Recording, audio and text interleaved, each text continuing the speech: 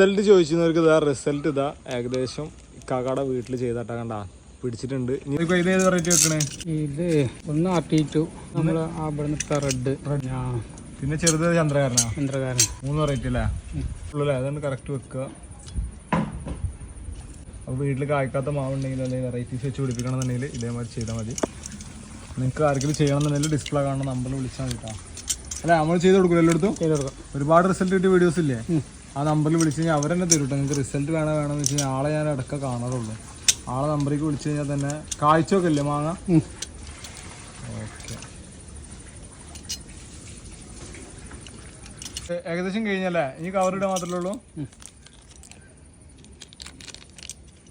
ഇതാണ് കഴിഞ്ഞ പ്രാവശ്യം നമ്മൾ പിടിപ്പിച്ച കേട്ടോ. അപ്പോൾ ഇതുമത്തെ റിസൾട്ട് ഞാൻ നോക്കി നോക്കട്ടെ.